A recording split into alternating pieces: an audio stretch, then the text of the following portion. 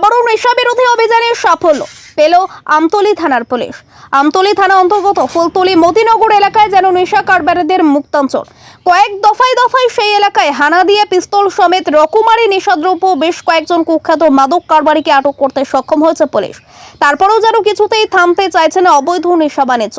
রোজ মঙ্গলবার গোপন সংবাদের ভিত্তিতে আমতলী থানার ওসি রঞ্জিত দেবনাথের নেতৃত্বে থানার সেকেন্ড অফিসার শোভারানী তেলি সহ অন্যান্য পুলিশ কর্মীরা ফুলতলী মসজিদ সংলগ্ন এলাকায় অভিযান চালিয়ে 98 গ্রাম নেশা জাতীয় ব্রাউন সুগার সহ গৌরী দেবনাথ নামে এক মহিলাকে আটক করে থানায় নিয়ে আসে।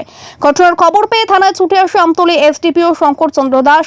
এসডিপিও শঙ্কর চন্দ্র দাস জানিয়েছেন, অভিযুক্ত গৌরী দেবনাথের স্বামী কৃষ্ণ দেবনাথও এনডিপিএস মামলার অভিযুক্ত এবং সেই মামলা চলাকালীন অবস্থায় তার স্ত্রী গৌরী দেবনাথ বিপুল পরিমাণে নেশা সামগ্রী সহ আটক হলো পুলিশের কাছে।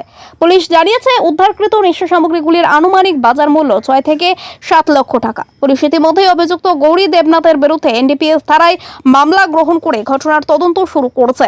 বুধবার তাকে আদালতে সোপর্দ করা হবে বলে জানিয়েছে পুলিশ।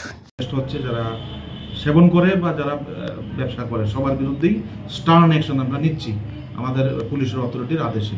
তো এই ব্যাপারেই আমাদের কালকে আমাদের খবর ছিল যে গৌরী দেবনাথ, স্বামী হলো কৃষ্ণ দেবনাথ, ওদের বাড়ি হলো ফুলতলীর মসজিদ সংলগ্ন বাড়িটা। তো এইখানে কিছু এনডিপিএস এর আইটেম, কিছু কন্ট্রাব্যান্ড আইটেম এসেছে।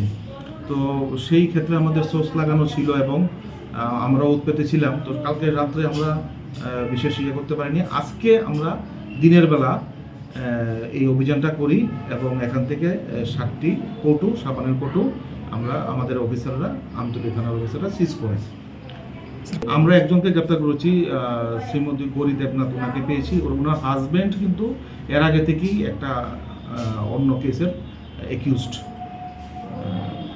আর ওনার শুনতে পেরেছি এনডিপিএস কেসই।